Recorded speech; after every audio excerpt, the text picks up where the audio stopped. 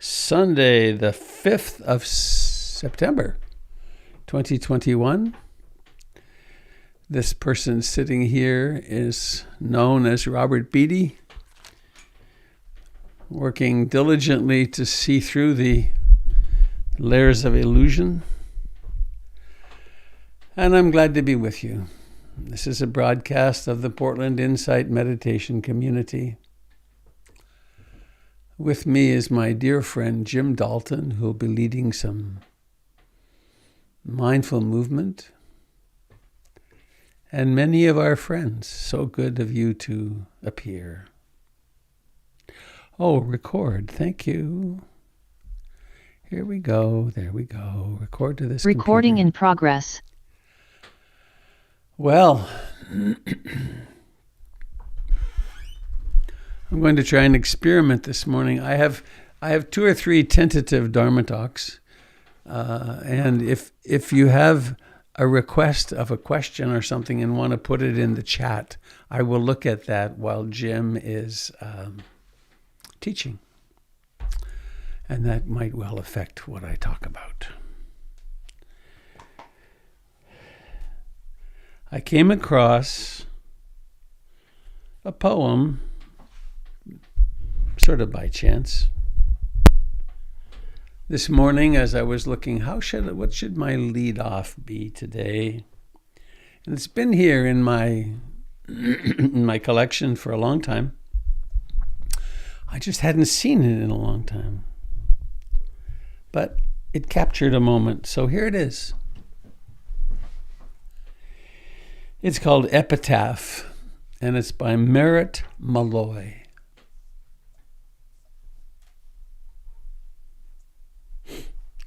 When I die, give what's left of me away to children and old men that wait to die. If you need to cry, cry for your brother walking the street beside you. When you need me, put your arms around anyone and give them what you need to give to me. I want to leave you something better than words or sounds. Look for me in the people I've known or loved. And if you cannot give me away, at least let me live on in your eyes and not in your mind. You can love me most by letting hands touch hands, by letting bodies touch bodies, and by letting go of children that need to be free. Love doesn't die, people do. So when all that's left of me is love, give me away. I realize as I'm reading this that I'm really just back from a 10-day trip with Jennifer to Eastern Oregon, where we experienced incredible beauty and spaciousness. The silence at night there is amazing. Back from a And my little dog Budo, to Eastern who's Oregon. 16 and totally deaf and becoming blind and also demented. His cognitive capacities are diminishing. And I tried an experiment in the Alvord Desert. We were 3 miles or so from out on the salt flats. And I let him off the leash. And because I presumed, he'll go a little ways and then he'll realize and he'll come back. But he didn't. He took off at a trot, and then it seemed like he got lost. And then he wandered at this trot until he went out of my sight. I couldn't see him anymore. And Jennifer could still see him. And we were in an RV, and I quickly slammed doors and so on, and jumped in and fired up the RV, and I went and found him. But I realized that he had lost his homing beacon. Around our yard, he seems quite normal. And so I've been, it's not new, but I've been sitting with him, and he's quite spry. He's on medications to help him move and so on. But he follows me everywhere. He's just outside the door here. And I've been watching the experience of having him as such a devoted pack member. And I know before long he's not going to be here. And I've been sort of practicing. What's it like? What's it like having him here and not having him here? And so somehow or another, this poem makes me think of that. When I die, give what's left of me away to children and old people that wait to die. And if you need to cry for your brother, your sister, your friend walking the street beside you. When you need me, put your arms around anyone and give them what you need to give to me. I want to leave you something better than words or sounds. Look for me in the people I've known or loved, and if you cannot give me away, at least let me live on in your eyes and not in your mind. You can love me most by letting hands touch hands, by letting bodies touch bodies, and by letting go of children that need to be free. Love doesn't die. People do. So when all that's left of me is love, give me away. Quite lovely. And in the midst of this world/universe of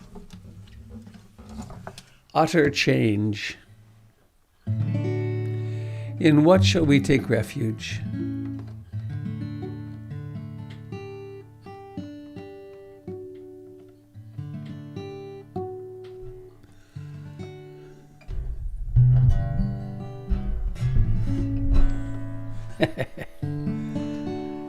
It doesn't work well when the microphone touches the strings.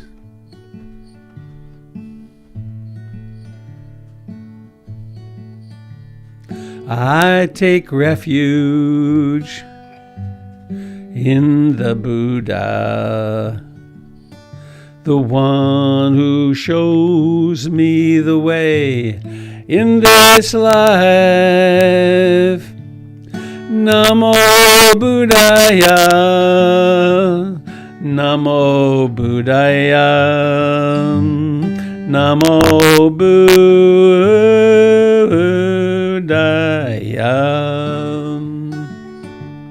I take refuge in the Dharma, the way of understanding and love. Namo Dharmaya, Namo Dharmaya, Namo Dharmaya.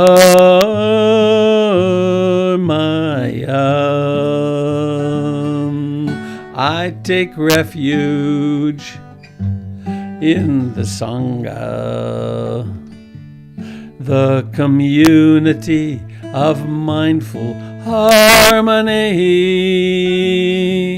Namo Sangaya, Namo Sangaya, Namo Sangaya.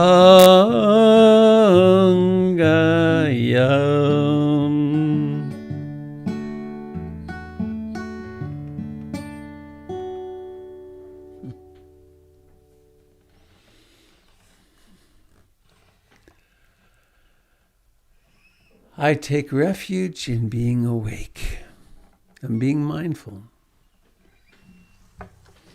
I take refuge in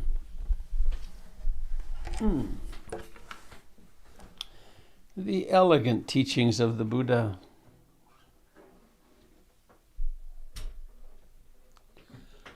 Are they accurate?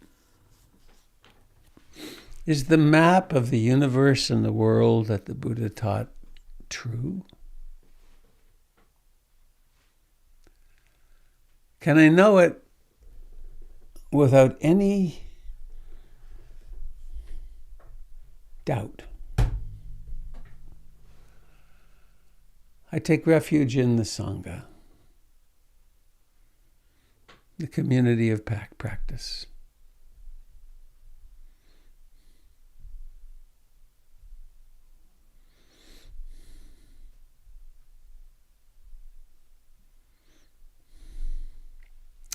So let us do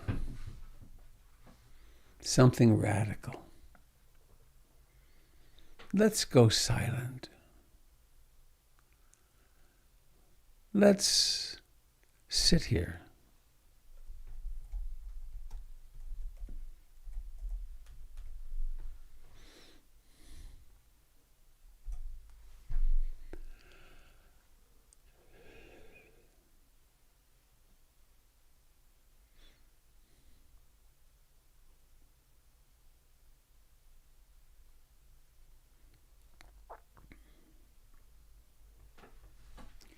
And it would be one thing to sit here and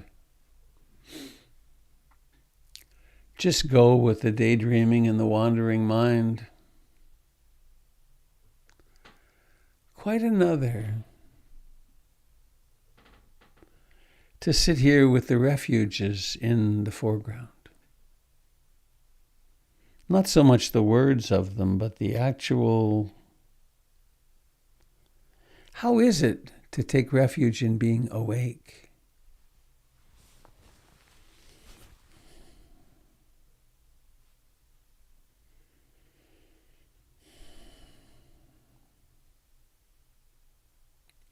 What is awake anyway?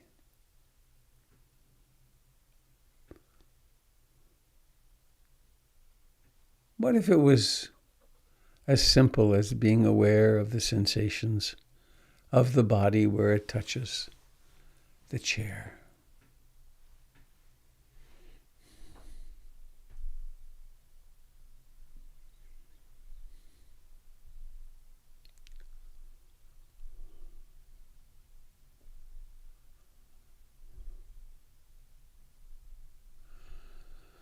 What if it was as simple as being aware of the sensations of life in the hands?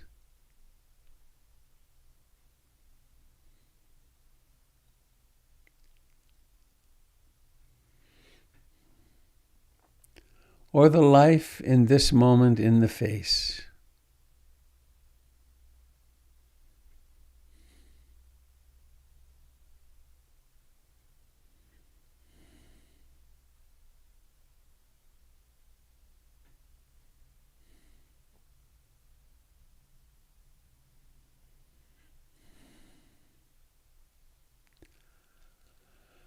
Or the fact of breathing in?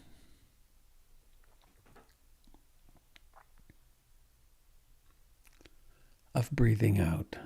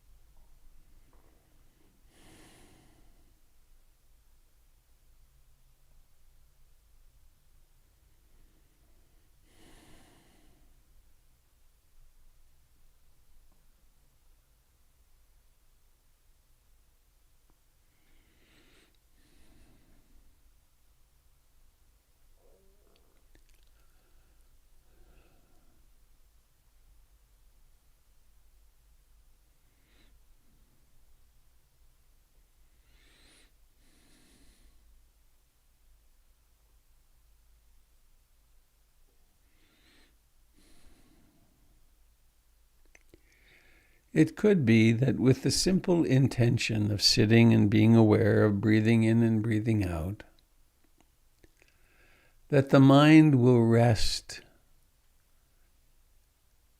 in deep peacefulness on the simple sensations of breathing in and out.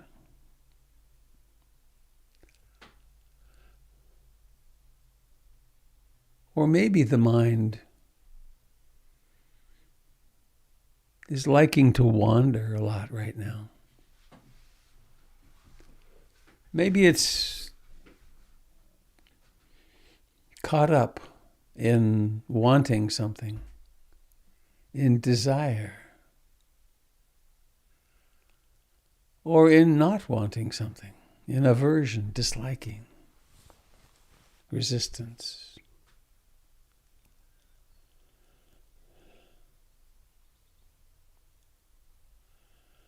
Or maybe it's restless and agitated, jumping around from one thing to another. Or perhaps sleepy and dull.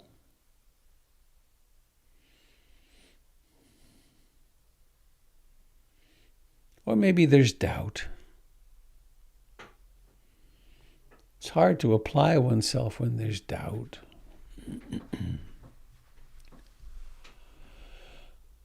Or maybe there are emotions. It could be that grief is running high today, anger or sadness.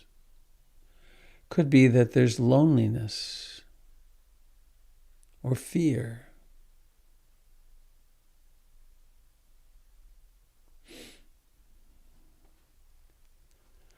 Sometimes as we go deeper into practice, we reveal pockets of early trauma.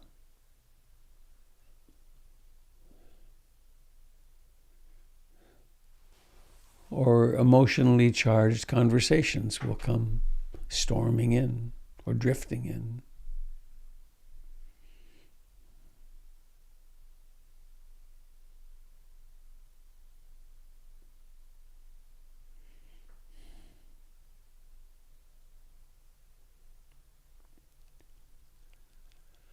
Whatever happens,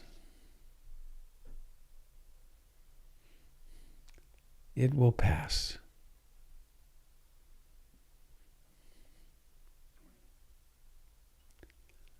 And we take our seat here under the Bodhi tree, right beside the Buddha. Because you are the Buddha. You are an awakening being. You are the leading edge of consciousness in the universe right at this second.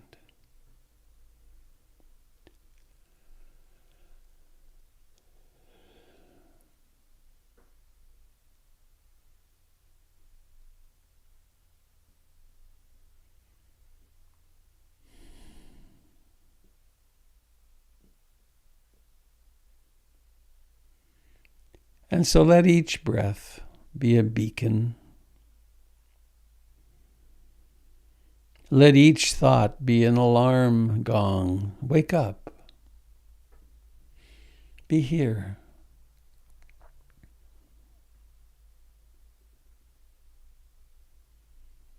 Be here now.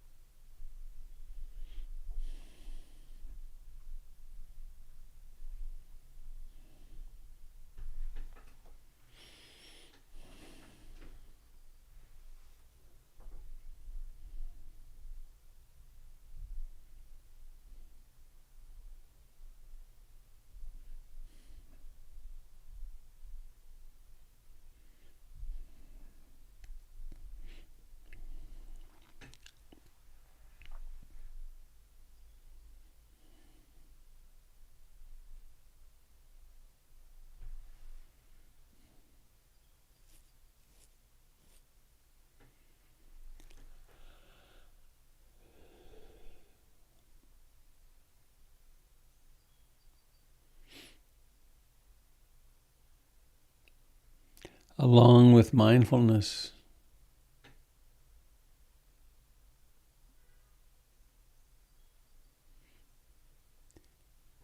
We bring the qualities of love and compassion. I aspire or intend to love and accept myself exactly as I find myself in this moment. It's what we've always wanted, someone to love and accept us. Now, finally, there is someone. There can be someone.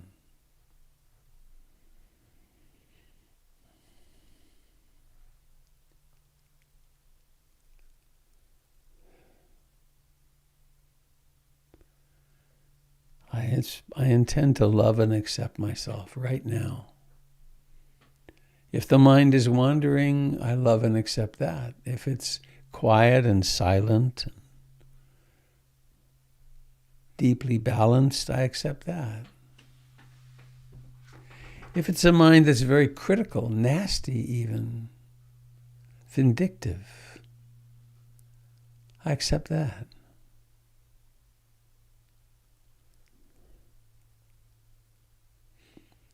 And whenever I discover myself to be hurting in any way, physically, emotionally, existentially,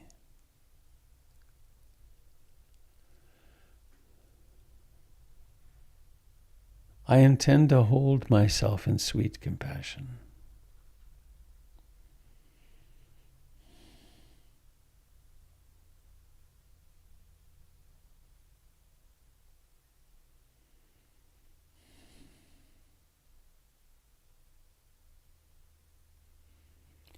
It's easy to say these things. It's also, in a certain way, easy to practice them. If we dare to actually stop and sit, to stop and embrace this precious, one-of-a-kind, ever in the universe person who sits here.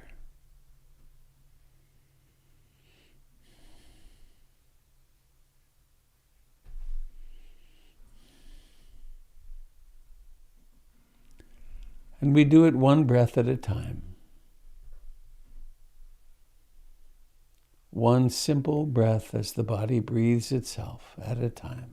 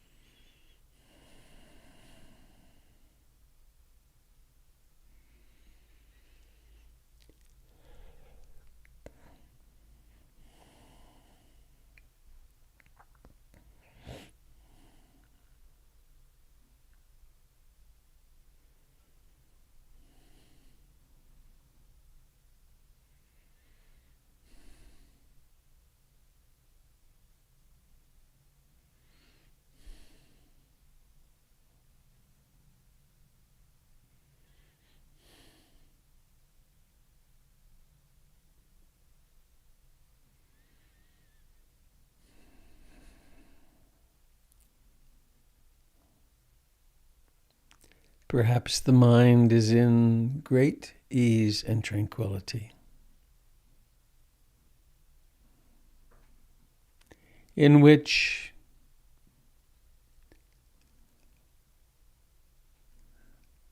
the impulse toward forming a thought becomes apparent before the thought. And then the thought never happens. Or maybe the mind has been wandering for 5 minutes, and then there's realization, oh, wow, look at that.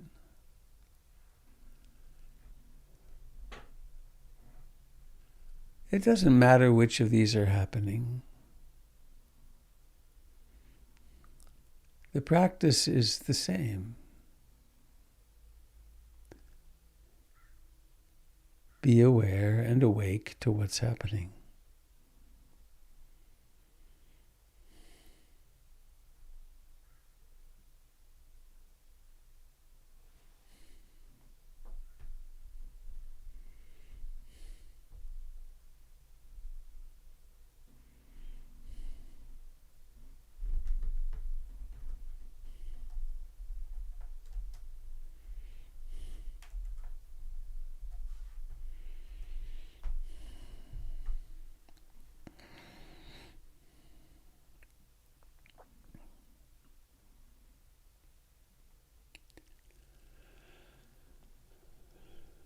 To the best of our ability, let us park here.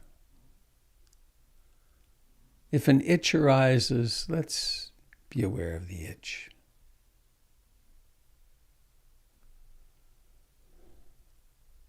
If an ache arises, let's be aware of the ache.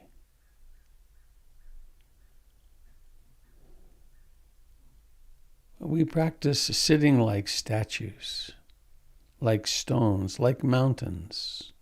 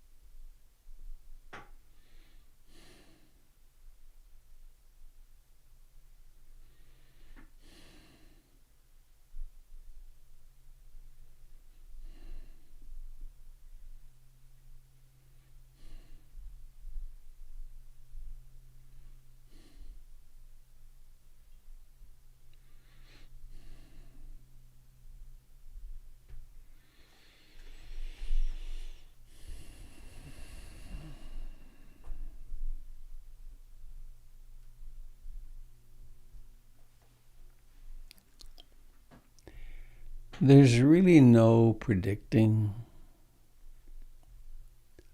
what will arise during a period of meditation. No more than there is of predicting what will arise in our own lives. Everything changes all the time.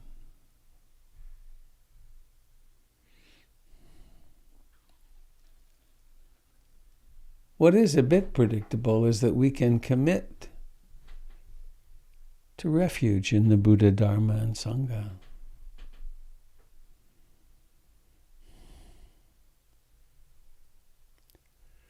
We can commit to being awake with whatever is.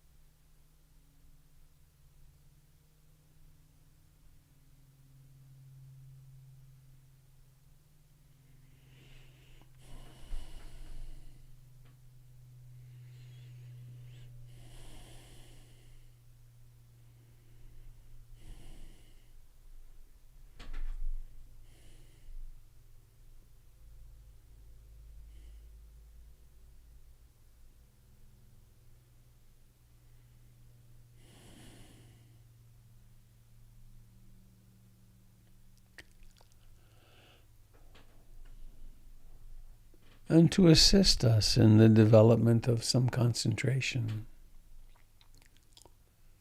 Concentration and mindfulness being like hand washing hand, very supportive of each other.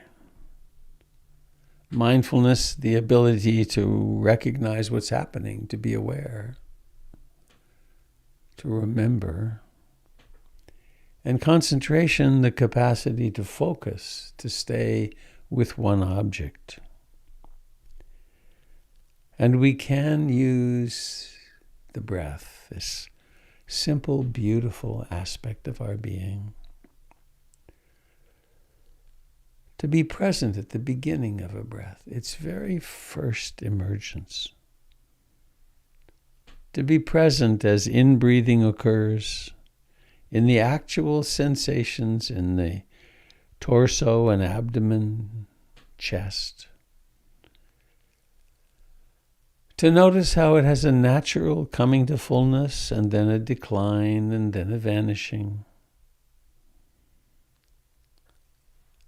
And then remaining present.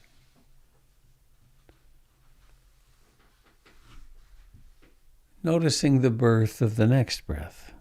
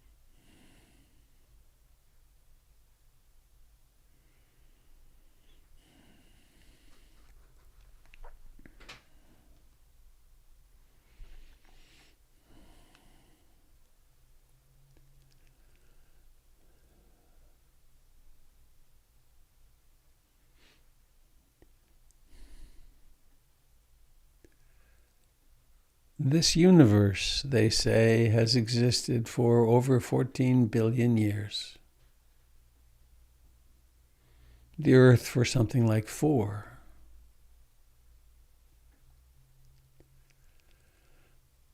We sprung into being with this human brain at its present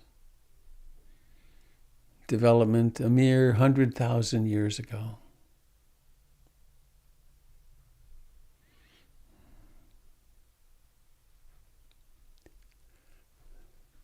A 100 years from now, no one will know we were here, if there are humans.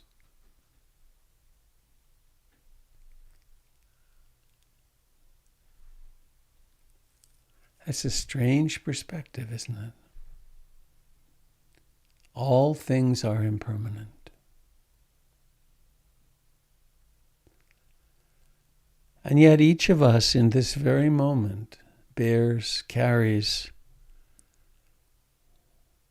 the responsibility and gift of consciousness, the universe conscious of itself.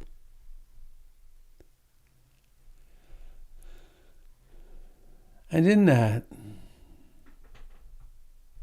we have the capacity to recognize that there are others on this journey with us.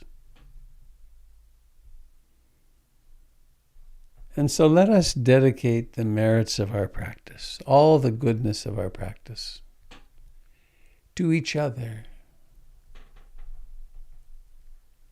to everyone here or anyone who ever watches this, listens, participates.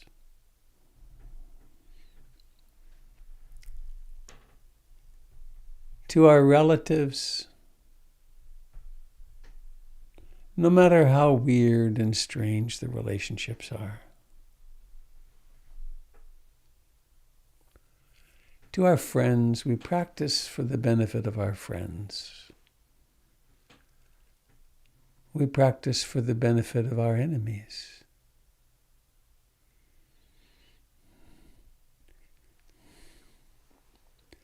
We practice for the benefit of those who are refugees, who are oppressed minorities of all kinds.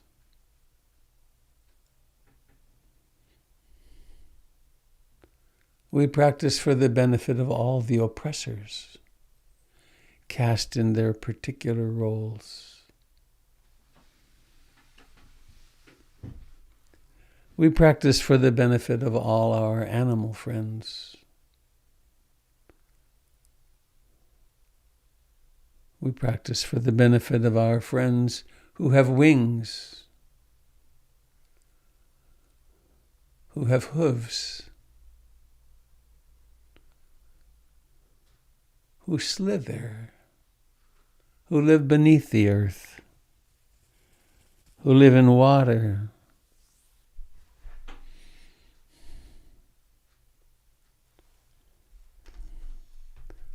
As I learned to say from my friend the Lakota Sioux shaman, Ho Metakwiasin, all my relations.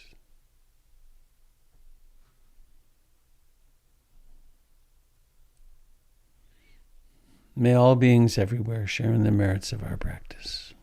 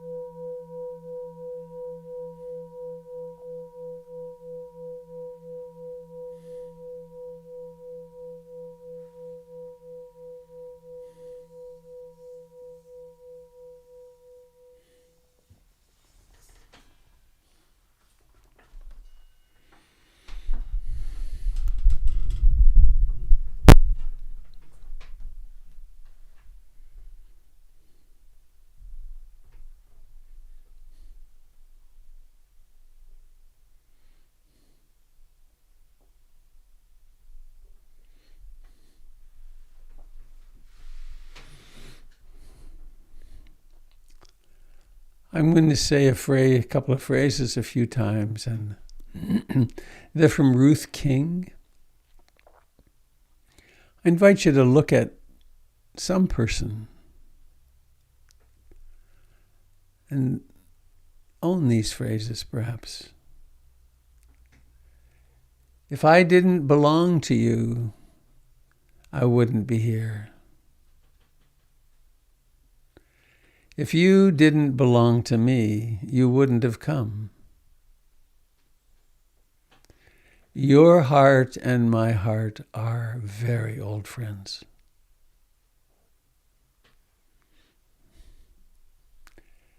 If I didn't belong to you, I wouldn't be here. If you didn't belong to me, you wouldn't have come. My heart and your heart are very old friends. If I didn't belong to you, I wouldn't be here. If you didn't belong to me, you wouldn't have come. My heart and your heart are very old friends. Gorgeous words, aren't they? I have one picture I want to share with you, maybe two actually. Oops, that's not it. Yeah, oops, that didn't work. Hang on. Get rid of this, start again. There it is. Just get rid of this. Do one picture. Tend to get piggy. Here it is. I talk about my little dog a lot, and this is in the midst of a vast straight stretch. I know it's illegal, but that's Boudot. He was so anxious when the RV was in washboard, and he really calmed down being on my lap. In the cockpit. So there. I have some news, some very good news, which is that we have a permit. The permit is in hand. And Tuesday morning, I forget the name of the outfit. There's a place from Oregon City. They're coming in to take the popcorn, the asbestos popcorn off the ceiling. It's going to take them 3 days, and the project is underway. They will take down the lights, the fluorescent lights, and this is the not so exciting news. It will be the middle of November when we get back into the building. That's the building schedule now. Everything takes a long time. So, it's happening. Are there other announcements, Jim? I'm having an announcement. Oh, I know. Wait a minute. I got one.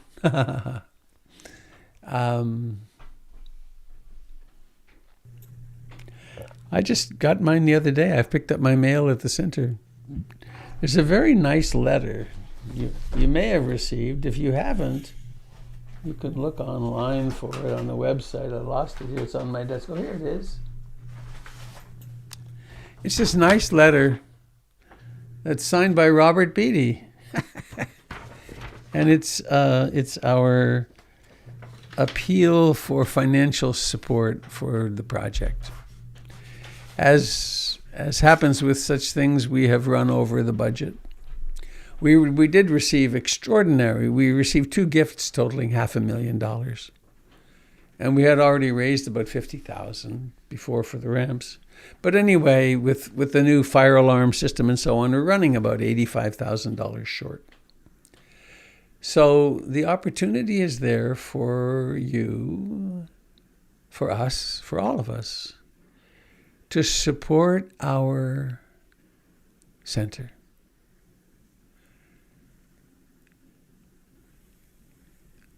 help it flourish, to delight in the act of giving. Dana is very central to Buddhist practice. No, it's not. That's true. And generosity is very central to being a happy human being. So I invite you, when that letter comes, or when you choose to figure out how to find it, that you really sit down and reflect for a while. How important to you are these teachings? And then the instructions about how much is to give until your heart feels full. I love that phrasing, give until your heart feels full. Because we're so used to fee for service, So, I'm going to be with you here this coming week, and then the Monday following, and then I will be gone for another 10 days. I'm going to Hollyhock. To teach in Hollyhock. I have my COVID-19 test appointment set for next Saturday. I have to have that in hand when I go to the airport. And Hollyhock is running, so it looks like, good. Candle has signed in here. Remind people, here it is. Candle is teaching tonight at 6:30 and again on the 19th. The second time is on the 19th. Also, there's a new women's group for those who identify as non-binary or gender fluid. Starts on the 17th. Please see the website for details. Thank you, Candle. You're Thanks welcome. for the reminder. You're welcome. There she is. Hang on. Hello, Candle. Hi, Robert. All I said was you're welcome. Oh, well, I didn't want to miss that. Jeez. Nice to see everybody. Lovely to see you back in the saddle here. Yep, back in the saddle. I love the image. Jim, is there anything I missed? Nope, I don't think so. I think I was going to mention candles first Sunday, so that's all I had on my mind. Well, would you like to... There might be one more. There might be, I believe that Doug Poland starts his new beginning class in October. And that's on the website. That's true. Thank you. And on the digest. And my fall class is incubating. Good. I'm waiting for the inspiration to strike. So, Jim, you want to take it and go with it for some movement, mindful movement? Okay, very good. Join me if you wish. Do some mindful movement. Move furniture out of the way so you can stretch a little bit.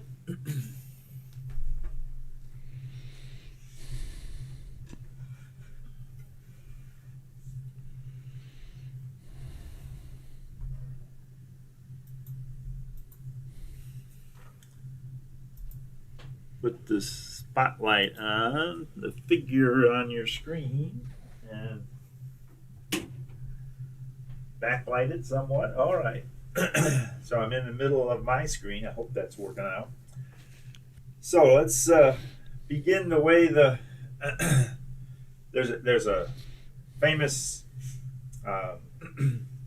Harvard Tai Chi study that begins with what they call pouring, just moving back and forth, letting one leg take most of the weight and then shifting back to the other, like you're pouring something into the leg on one side and then shifting to the other. We set up a rhythm,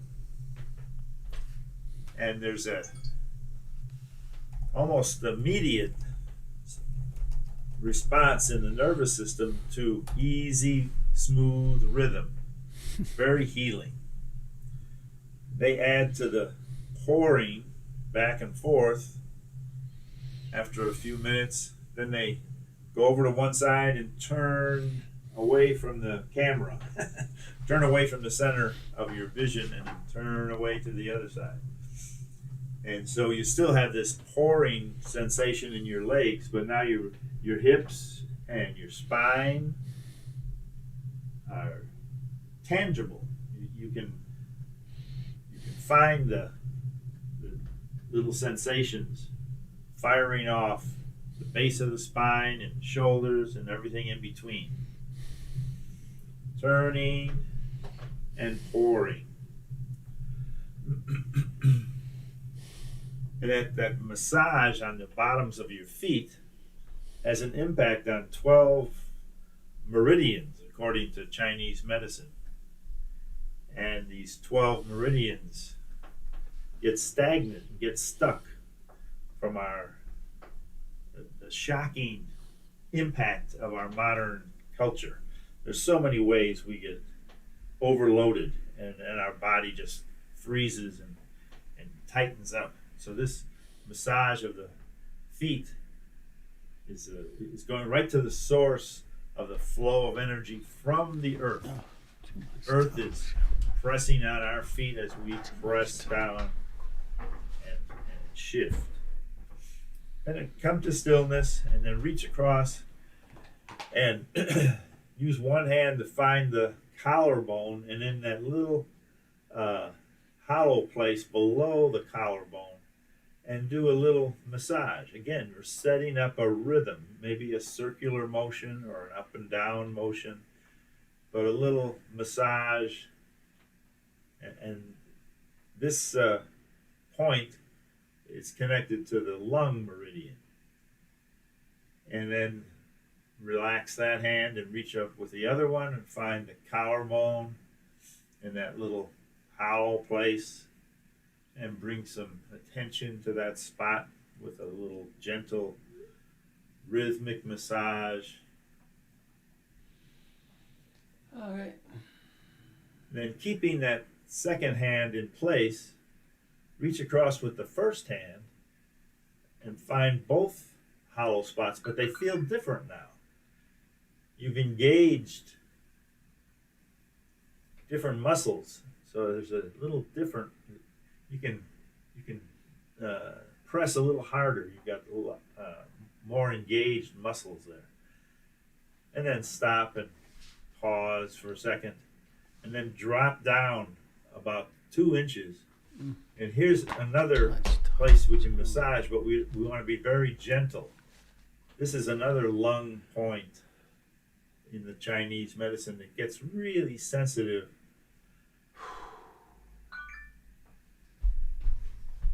It's especially sensitive during times of experiencing deep loss or even minor loss. It gets coagulated, it gets stuck.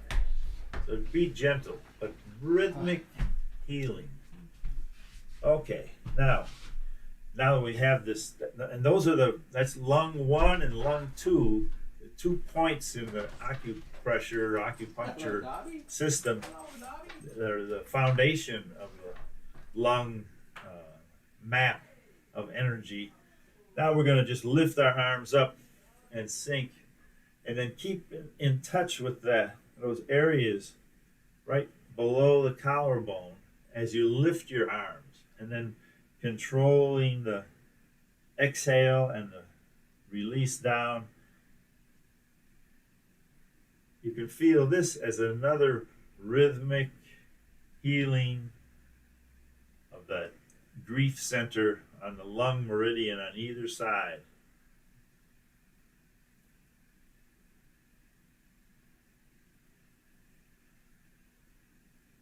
You can set up your own rhythm, but match the inhale with the lift of your hands and the exhale with the release down. And then now that we have it warmed up a little bit, we can lift and open and keep the in-breath coming, and then release as you come back to the center. The breath comes out, and then we sink down, and the breath continues to go down, out. So we've got a long inhale, and then a long exhale.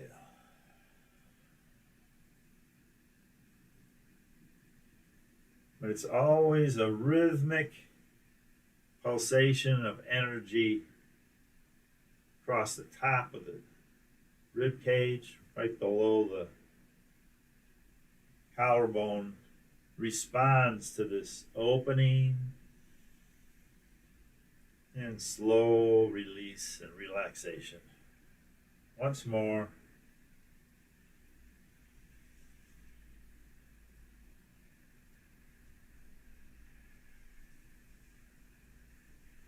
And then we'll come to stillness for a moment.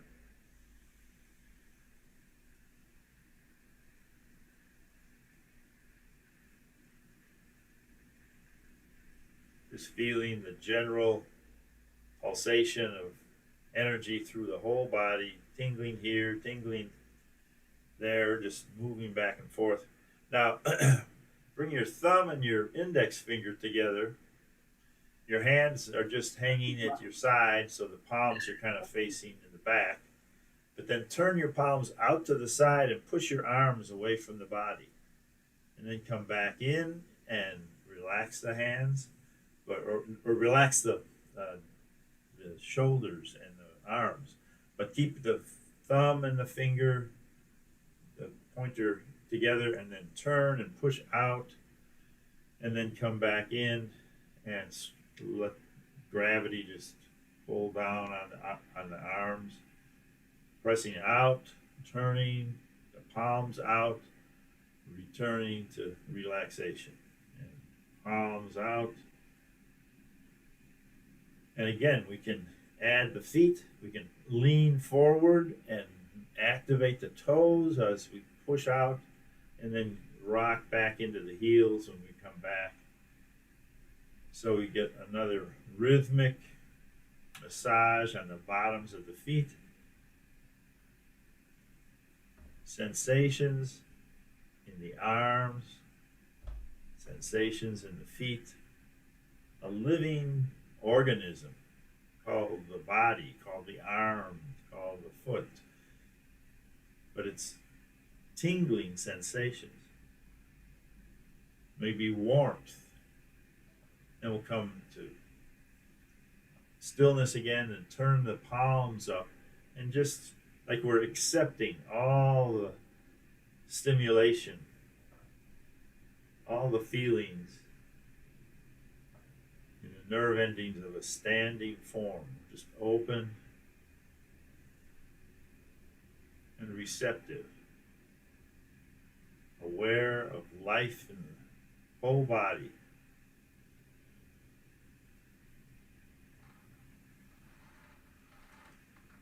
And then stepping out with one foot, turn our palms forward and just press. And then bring energy back in, palms inward, palms outward. Rocking back and forth, set up your rhythm. This rhythmic motion is a healing rhythm for the whole body. Rhythm is the key to releasing the stagnation and the tightness and the dullness, sluggishness. And you breathe in as you rock back, breathe out as you rock forward, come back to the middle, switch direction, go over to the other leg and step out, exhaling, drawing back, inhale. Your rhythm, self-healing, massaging the bottoms of the feet. One foot gets most of the weight and then releases to the other. Rhythm, back and forth, calms the nervous system, heals the sluggishness, tightness, and restriction in the whole nervous system.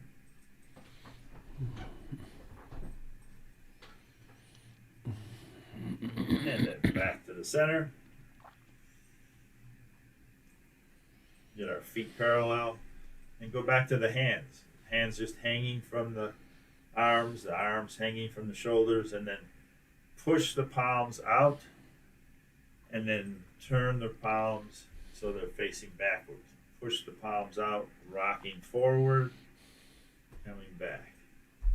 So this is drawing the energy out from the center of the body, waking up the lower arms and the fingers, 1 p.m. the palms, pushing out.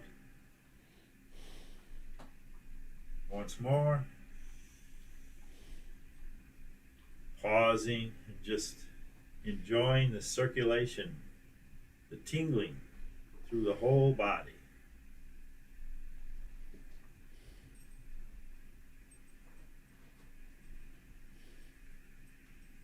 And then setting up a big rhythm. We'll open to the side, go overhead, and then drop down the center.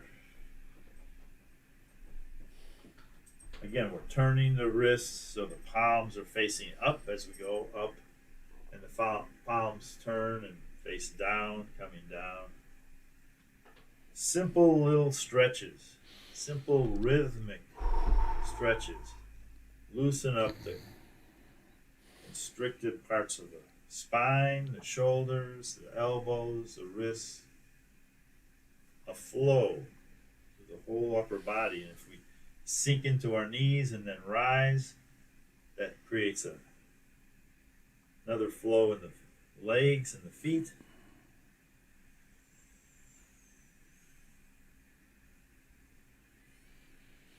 Once more.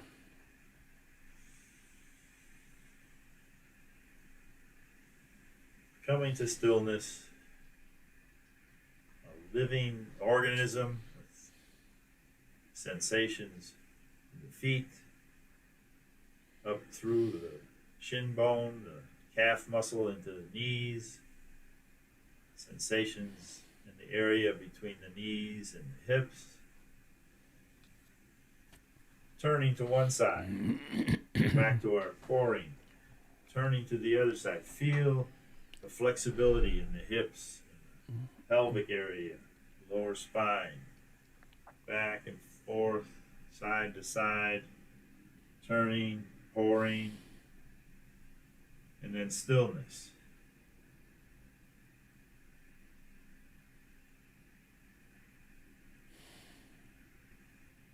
And then bringing our hands together in gratitude, thanking each other for practicing together and setting up this healing rhythm.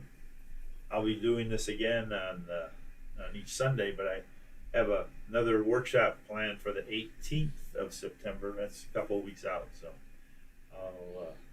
I'll remind you on connections and other places. But have a good week. We'll see you next Sunday. If you're not available during the mornings, we'll do some more movement. Thank you very much.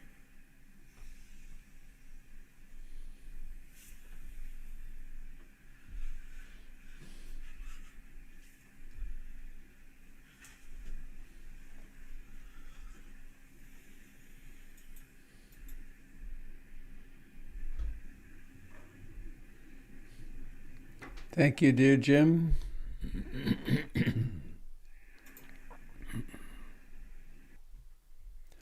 Is the sound okay?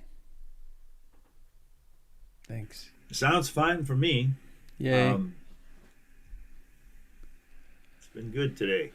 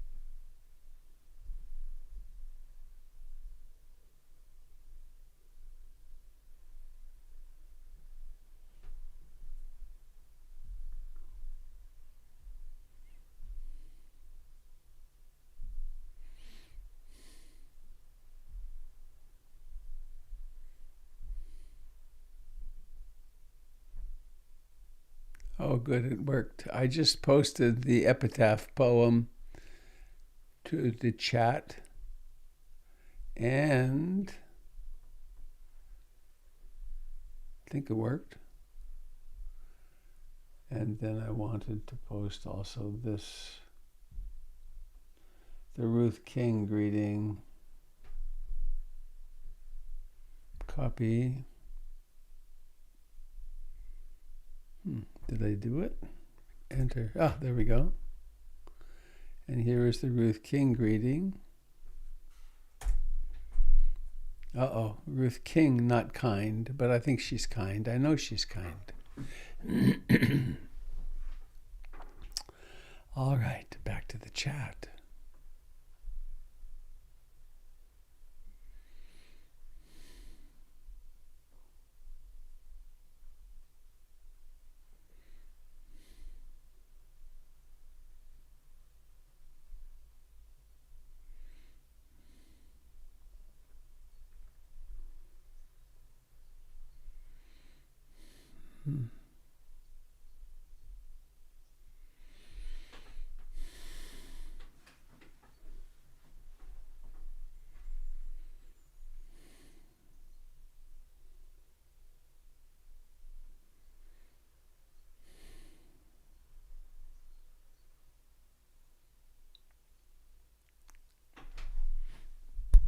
A lot of mechanics in the way there.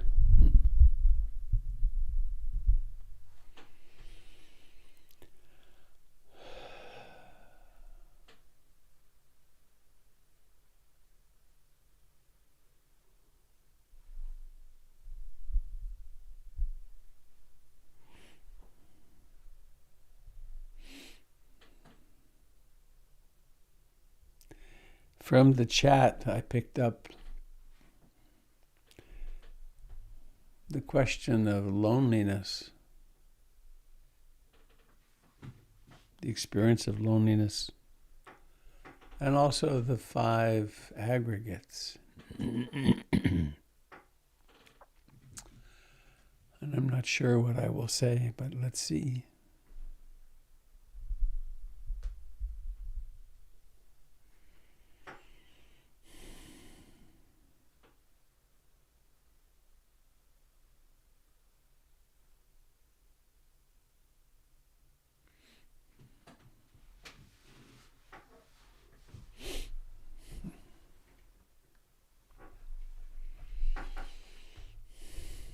Several memories come to mind.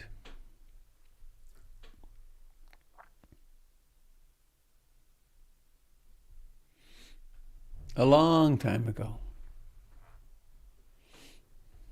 1979, my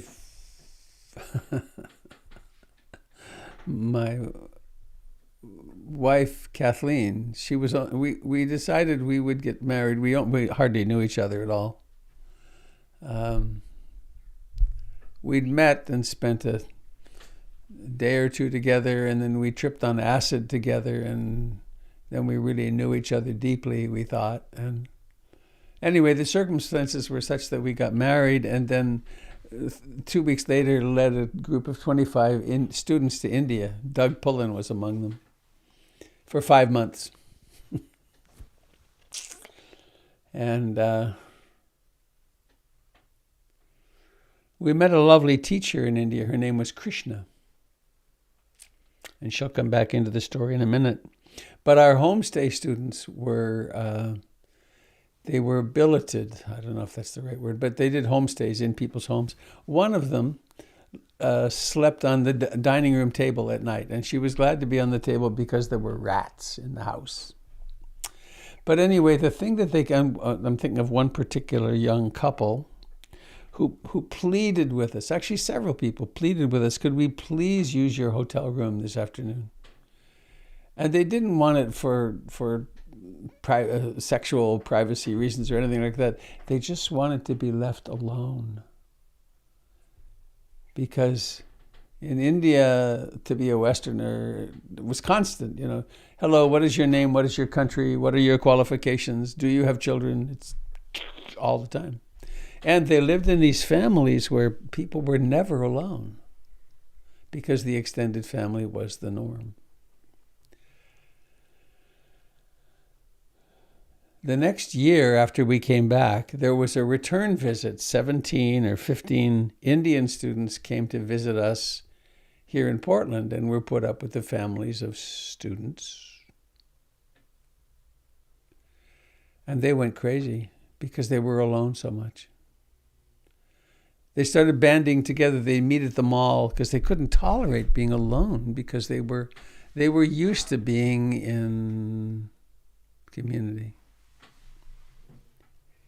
Then another memory popped up around this issue of aloneness and loneliness. Krishna, who we met in India, who was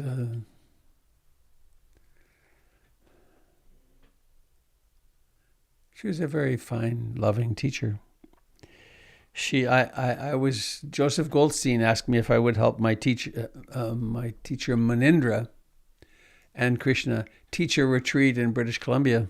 Large retreat, 100 and some people. And on that retreat, one of the things that Krishna shared, and it was a very unusual talk, because she started to share, and then she started weeping. And she went on to say, I've been here in America for 4 months, and the thing that is striking me is how lonely everyone is. How much loneliness and isolation there is. And how that comes up so often in people's practice. So,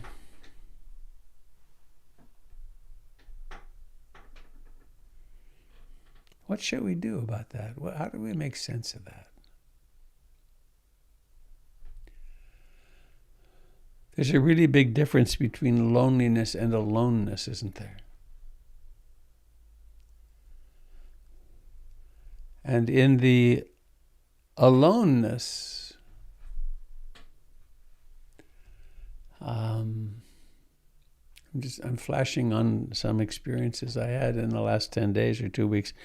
Now, I wasn't alone for long because I had 100 yards away, there was Jennifer sleeping in the van, but in the RV. But I took such delight at being alone in the desert. It was such an incredible richness, a fullness. And one thing I discovered again was that the silence out there was deafening. It was not deafening in the bad sense, but it was a presence. The silence itself was a presence. So,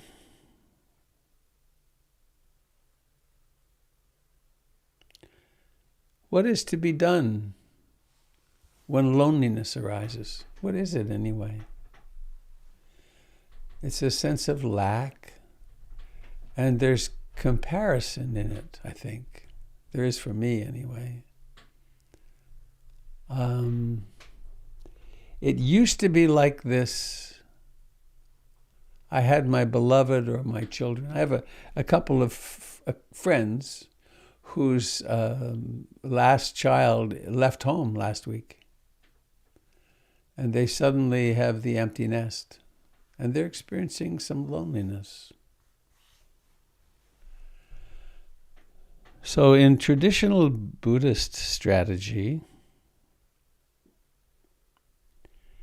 we would be encouraged to stop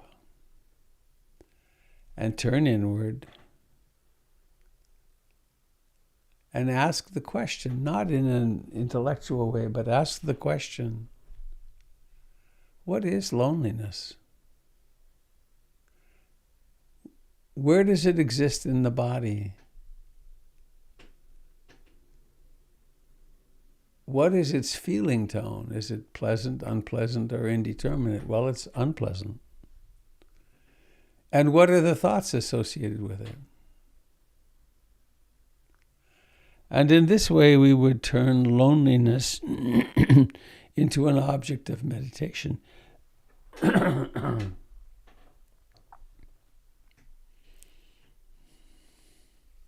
Doesn't mean it will go away. But it does have to do with transforming it. And I think I want to make a connection with the five aggregates in this context.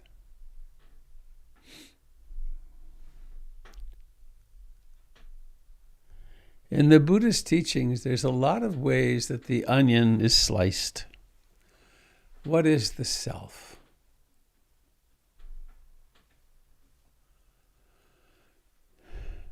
You know, I mentioned this in the guided meditation, but it really is up for me right now. If I could find it easily, maybe I will. This will not work for those of you on Facebook and YouTube, but I may be able to find this really easily because they're chronological. Going on here. Oh, here we go. Yeah. I'm going to share a picture with you.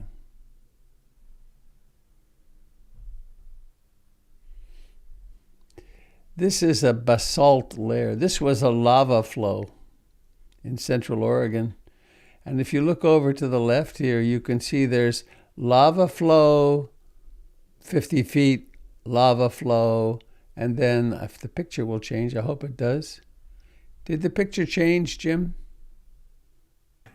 Yes. If this is on the road into the John Day fossil beds, lava flow, buildup of detritus, lava flow, lava flow, lava flow, lava flow. This is probably, I don't know, 20 million years with huge flows of lava coming in.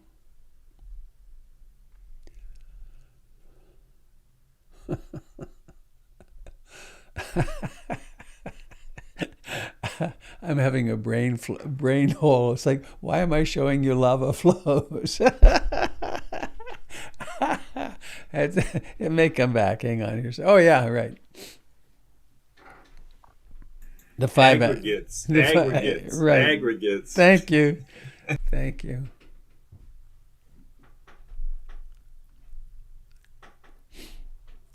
We don't exist here for very long. But one of the things that happens when we're here is we go through somebody training and we learn to be a somebody. And that somebody can sometimes feel, well, it feels all kinds of things.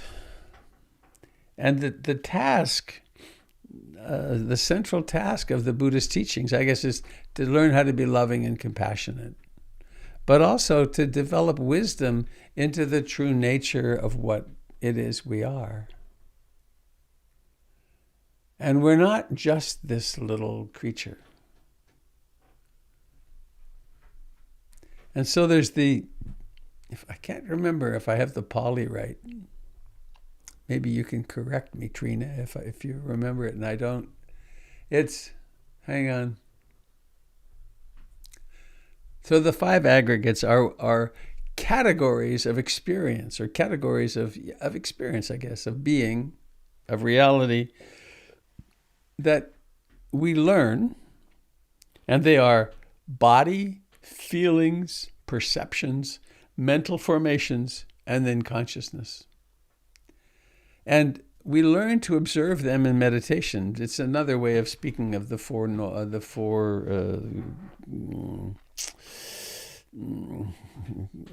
Gocharas, the four foundations of mindfulness. It's a different slice through. We learn to observe the body very clearly. And we discover that it is anicca, dukkha, and anatta. It is impermanent. It is, to identify with it is dukkha, and that there's no self in it.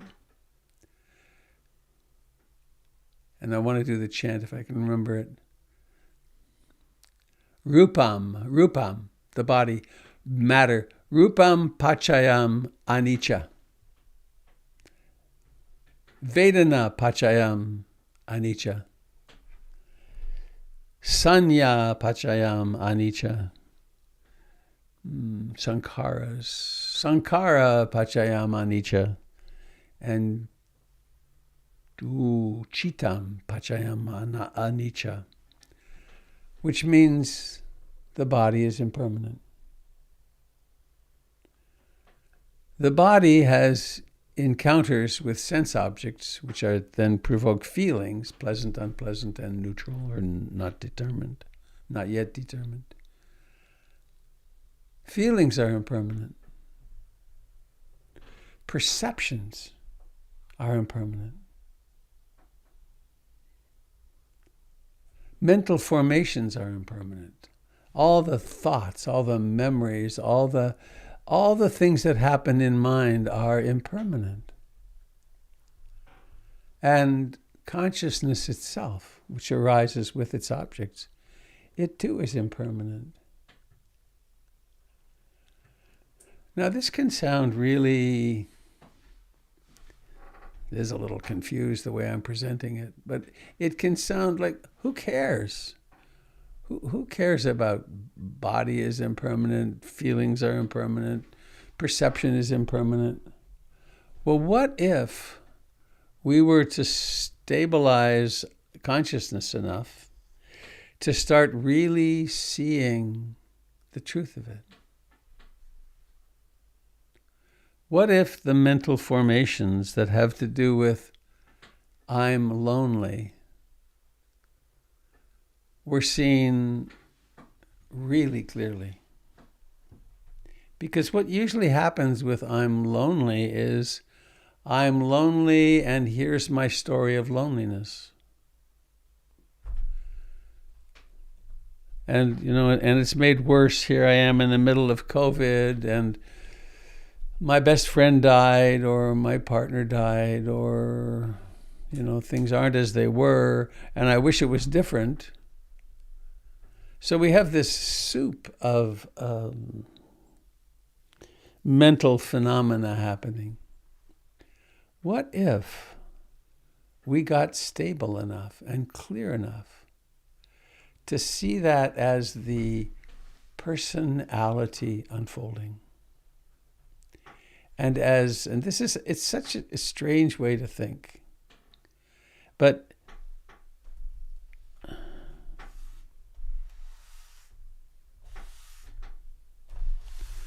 what if it really is possible to be in both worlds? To be in the world of I am this body, I am these thoughts, my relationships are very important to me, and so on. And also to know this body is a dust mote. These feelings are transient. There's nothing here I can hold on to. And it's a paradox. And we can flee to the pole of, oh, well, nothing matters. Or we can get lost in the pole of, I'm this. I'm this and my life has changed and I'm so lonely. And what if we hold both? And I'm missing a piece.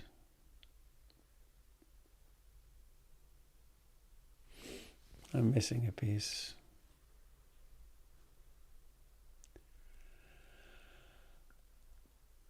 I'm missing the grief.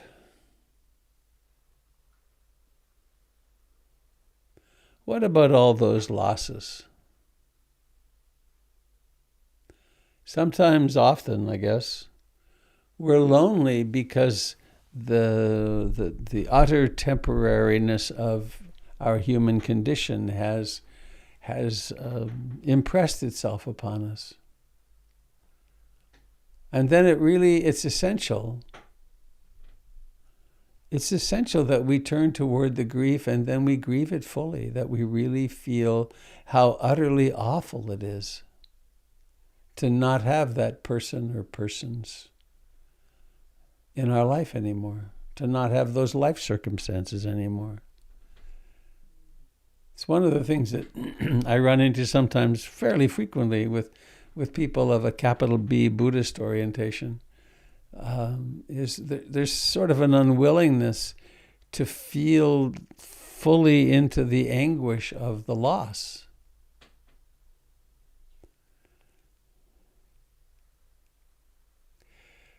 So back to the aggregates for a moment.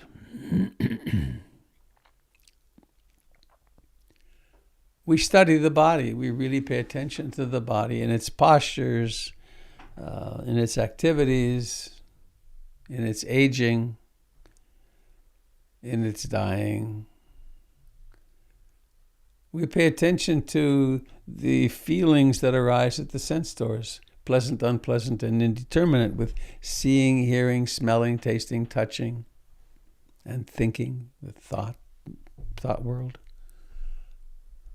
We pay attention to, and we become very articulate at noticing perception, noticing how the mind makes things, makes things familiar, makes things. We hear a sound go by outside, and we know, oh, that's a car. We pay attention to the stories, to the mental formations, and how florid the mind is. We pay attention to the waxing and waning of consciousness. How mindfulness is here sometimes and sometimes not. And we do all of that, and it can sound like a daunting task, but we do it bit by bit. We do all of that with one purpose in mind: to realize that none of them are who we are.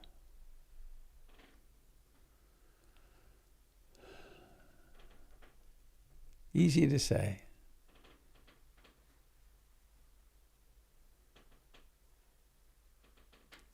I have been terrified of loneliness and aloneness in my life. It's part of why I've moved serially from one long-term relationship quickly into another one, because being alone was unbearable for me.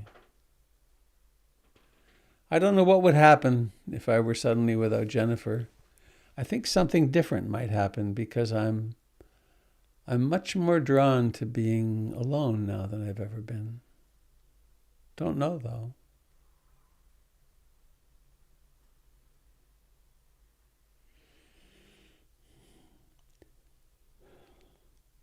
So I guess the piece I want to underline, and then I want to ask those of you that asked about loneliness to speak about it.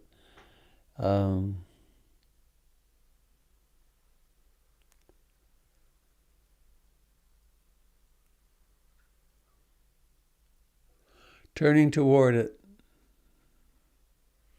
really embracing it, diving into it, doing the grieving,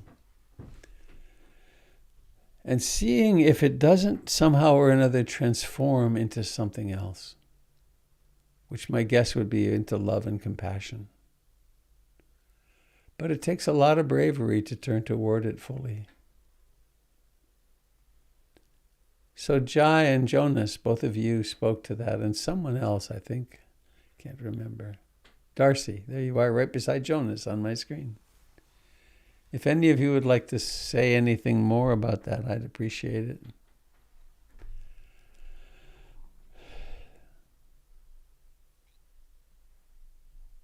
But not all at once, please. Okay. Hi, it's Eileen. I will just say a song lyric by Leonard Cohen always seemed to sum it up for me at the deepest level. And that is from the Sisters of Mercy. The line is, when you're not feeling holy, your loneliness says you have sinned. I was going to type it in, but I'll type it in also. Thank you. When you're not feeling holy, your loneliness says that you've sinned. What does that mean to you? It means to me that I don't see it in any religious connotation. I see it holy, meaning feeling whole or okay, not even whole. You're feeling okay about yourself. You're feeling like you're not really lacking, that all those images you have about having a life and people being in it. And but when you're feeling lonely, all those old messages come up. I think the trauma, the childhood traumas, and the sin is that you actually believe that you really are those things you were told you were. Thank you. Sorry, I didn't know it was going to get to me that way. You mean you're having a feeling about it? Oh, well, yes.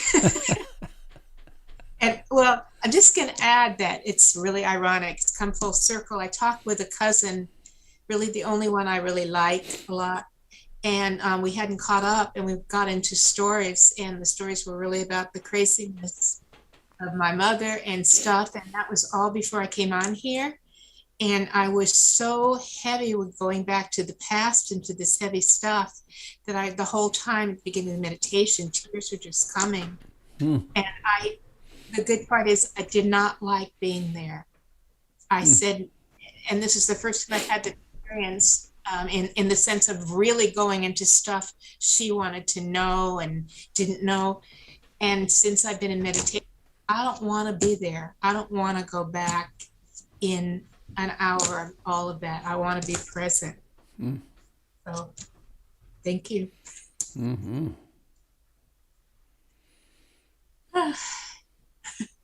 Thanks, Eileen.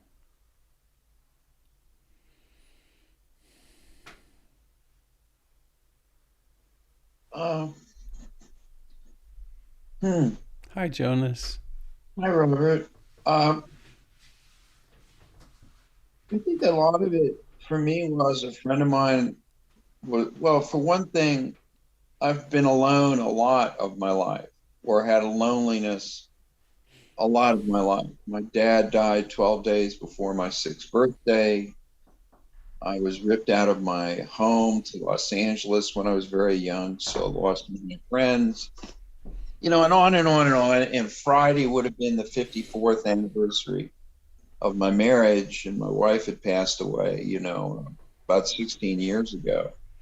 So for me, loneliness has been a part. And then a friend of mine called me, and he's just breaking up with a very long-term relationship.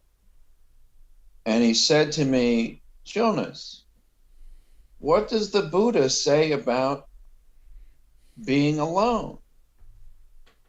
And he said, does the Buddha say that, you should be with people and this and that? And I said, well, it's very interesting because there's a sutra on the better way to be alone.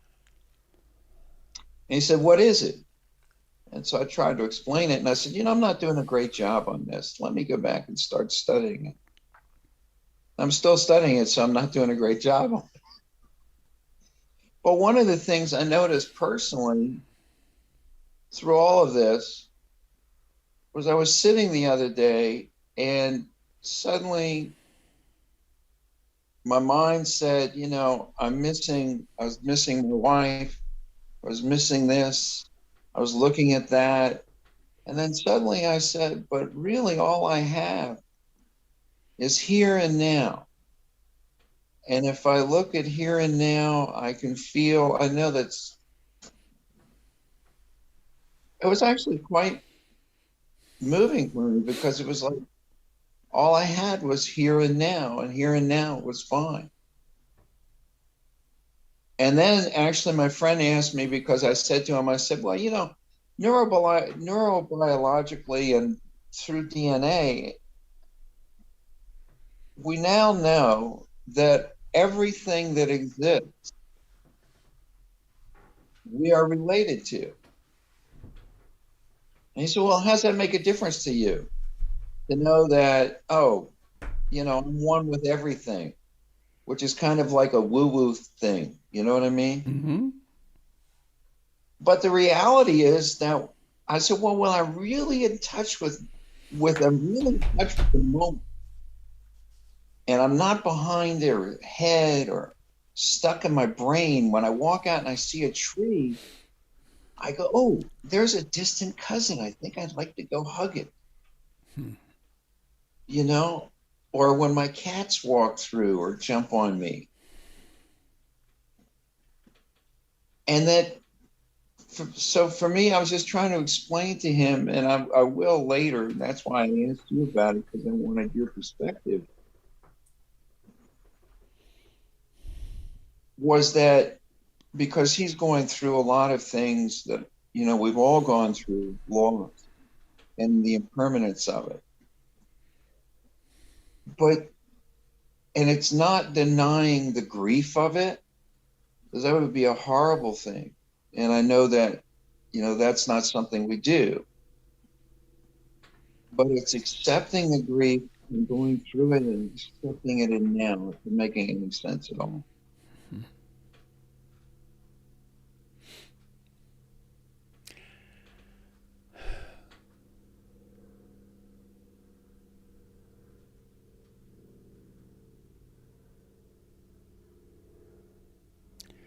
I had a thought as you were speaking.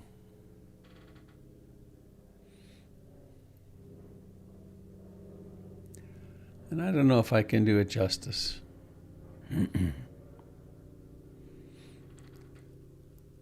Right now,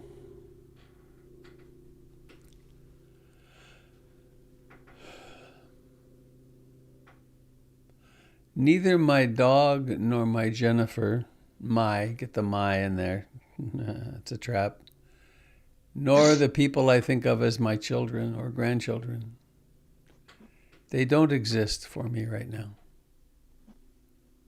Right. They exist as thoughts. They may reappear. There's probability that some of them will reappear. And the capacity to be right here is hard won. Because the tendency to be lost in delusion is so powerful. The habits of past and future, the habits of self-righteousness and emotional reactivity and of living in story are so powerful. And so it takes a tremendous discipline in a way, and I don't know what else, but to actually be able to be here and to be content in this here now, which then may well include the other, but may not. Am I making this at all clear?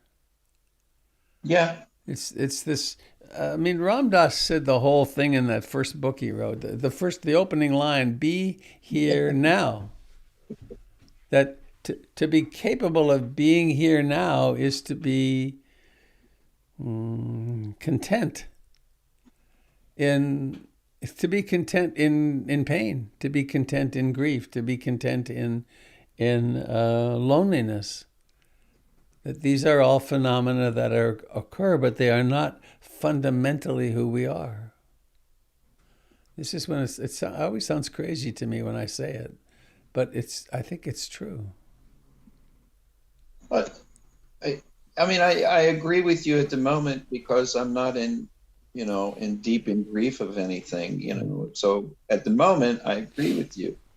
So the next time you're in grief about something, study the reality of grief. Find out what it is. Or when you're in loneliness, sit for an hour, walk for half an hour, sit for another hour, and dive deep into loneliness. And to again and again extract yourself from the stories of it. And see if in fact loneliness is not personal. If it is a very popular but not essential something to identify with.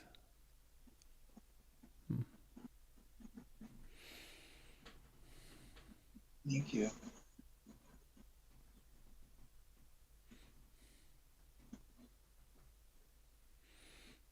Robert, if I can share something. It's David. It is. Or, yes, still is. By the way, I saw your cat climbing on your head earlier. It's so hard because here in Richmond, it starts at 1 p.m, which is too soon to feed the cat. And this ends at 3 p.m, which is too late to feed the cat. I see. And somewhere in the middle, the cat decides on lunch. A while ago, I had some issues with my wife, and I was torn up about it. And I shared either here or in one of the morning groups. And and it was deeply emotional. And one of the first things you said back to me was, abandonment trauma is so painful. That was such a gift for you to say that, because it gave words, it objectified something that I was going through. I was living in this horrible experience that was truth, and all of the universe was collapsing around me, and I was descending into oblivion. And you said abandonment trauma is painful. And first of all, I said, oh, this has a name. It's called abandonment trauma. Oh, right. This ties back to something I experienced in my childhood. And that naming it has helped me in so many times since then, when I experience a panic, loneliness, a homesickness. I've started to identify so many things that have been habitual, lifelong, really potent, I'm racing toward oblivion feelings, where I'm now able to say, oh wait, that's abandonment trauma. It makes co-ate something that's inchoate. It gives it word. And so it objectifies it, that I can now sit back and I have the sensations, but I don't lose myself in them. And so I can sit with them, and sitting with them, I can then start to tease out the threads, like the moments of abandonment. Oh, there's huge grief there. Oh, let's have some compassion for that grief, or, I don't want to go on about it, but and I think this is, it sounds to me like this is what you're talking about, that to be able to not have this experience, let's say loneliness, be loneliness is me, this is my experience, and it's terrible and all of that, except to say, oh, there's loneliness. Oh boy, there's a version of that. I don't like being lonely. Wow, okay, cool. There's a version. Now let's get into the loneliness part of it. What is there that I'm missing? Oh, and I picked up on Jonas here a little bit. My dad left me or died when I was 6 or something like that. Oh, maybe there's some, let's have some passion for that. Hug the being here. And that's how that's worked for me. It has really helped me a lot with managing that thing that now has a name. And again, I'm deeply grateful to you for calling it out. Thank you, David. Very clear.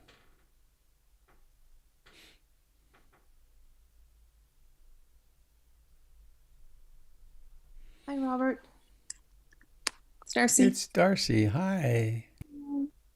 I really appreciate what you said, Dave. That really rang true with me a lot. I really like the idea of sitting and looking at each abandonment trauma and pulling apart the threads and undoing kind of a learned helplessness that I've recognized in myself.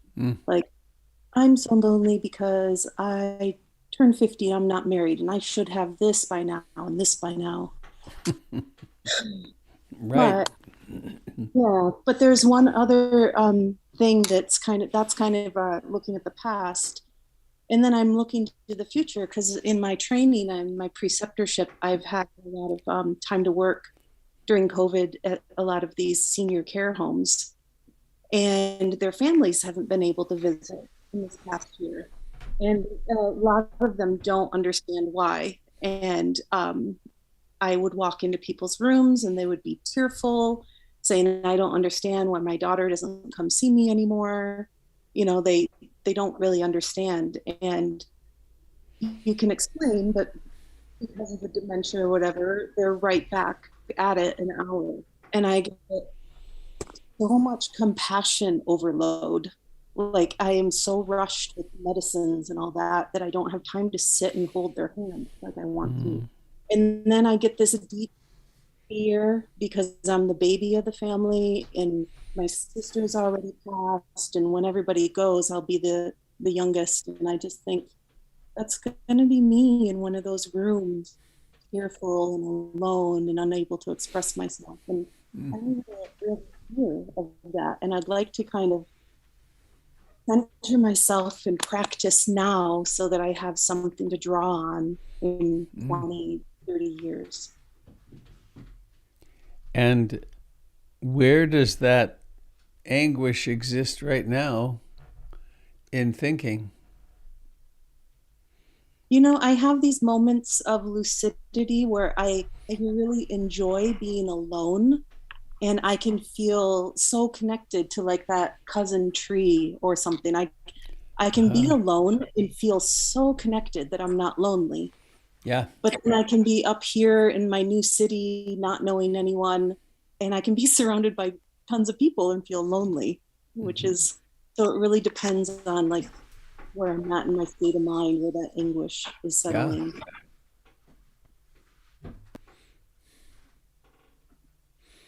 Yeah.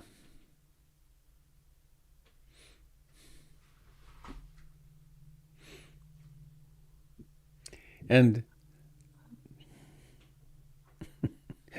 I have it's so difficult on Zoom rather than in a room together, because what I'm going to say could be misunderstood, but I'm going to say it. You could die in a car wreck.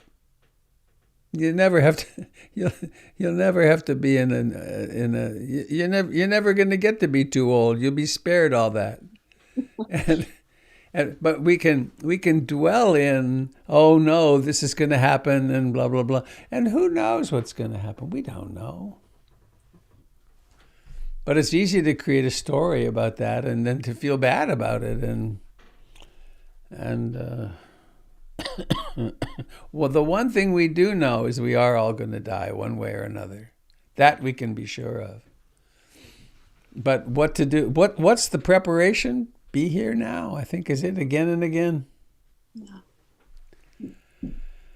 And we will be who we are in the future when we deal with the circumstance there. But what better training for that than to be here in the present now?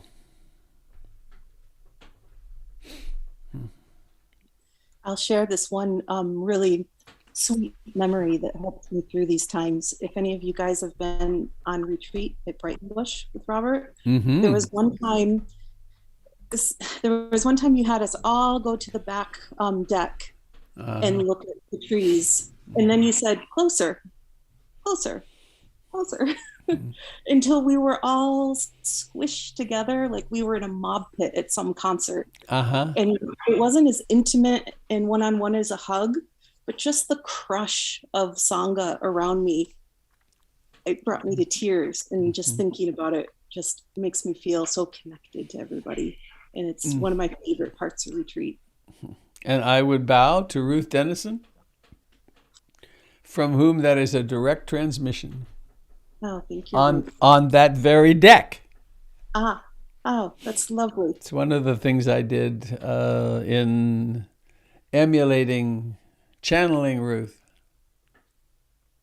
I love that. I guess I won't be doing that at Hollyhock because we are going to be socially distancing rather carefully. Oh, as a side note, I had to cancel because I found out my nurse exam is 2 days after. So oh no! But I have credit, so I'll go next year. Okay. Yeah.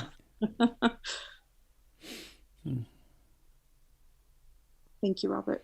Thank you, Darcy.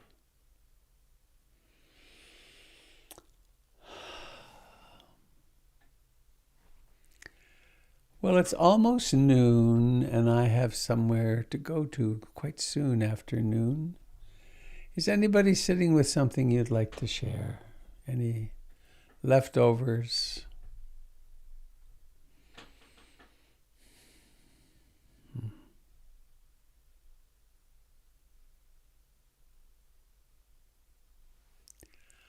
I guess I think of one more thing to say myself.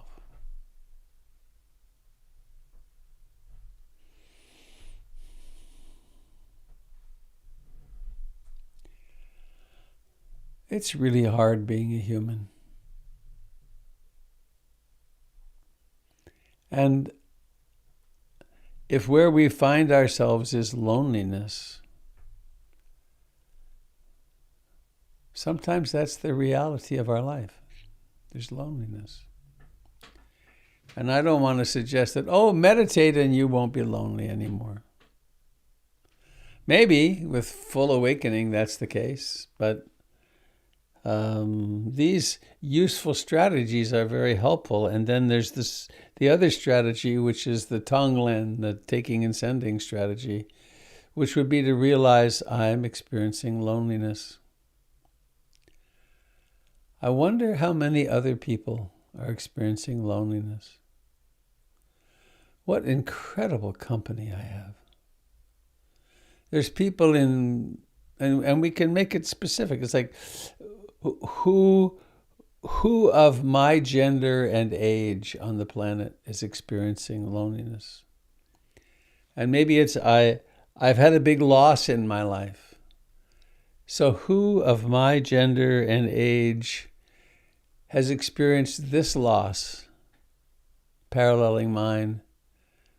And how can and the Tibetans have this practice where one imagines all the people in the world who fit this category, and then you imagine drawing all their suffering into the heart of the Buddha. They imagine black smoke curling in. And then that being transformed into compassion, and we breathe that back out. So it's the recognizing the normalcy of our experiences. It's so normal to have grief and loss and be lonely. And then how do we use those normal human experiences? How do we face them in such a way that we bring more compassion to ourselves and each other and the world? But it's really important to me to remember how incredibly difficult it is to be a human.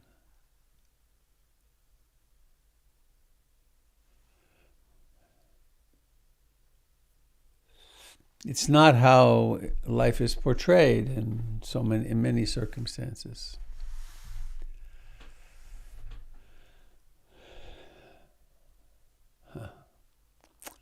Well, let's go out on Bhavatu Sabe Mangalam.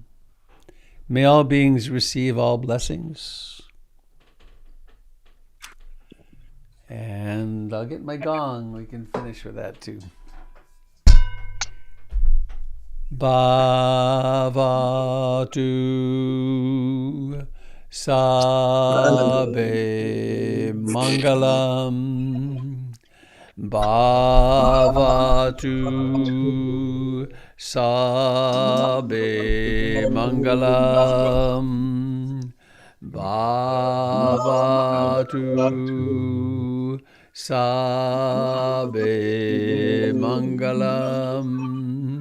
Sadhu, sadhu, sadhu.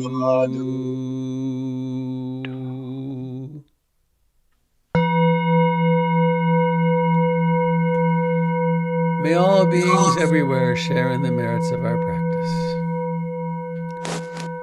May all the parts of ourselves share in the merits of our practice. The frightened parts, the lonely parts, the joyful parts.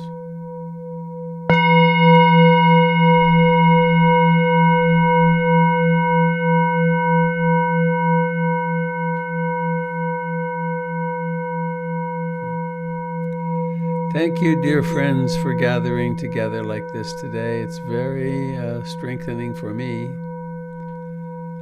And it's a really beautiful thing that we're doing together. I'm very grateful.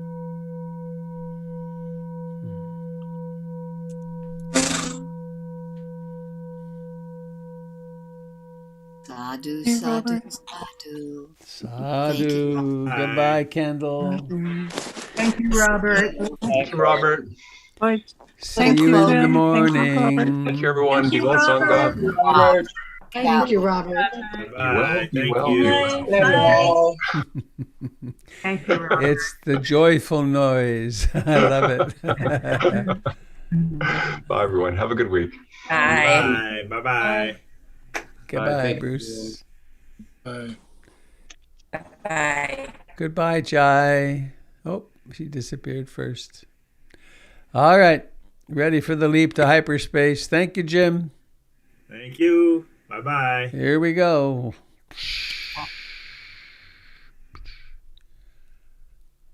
Oh.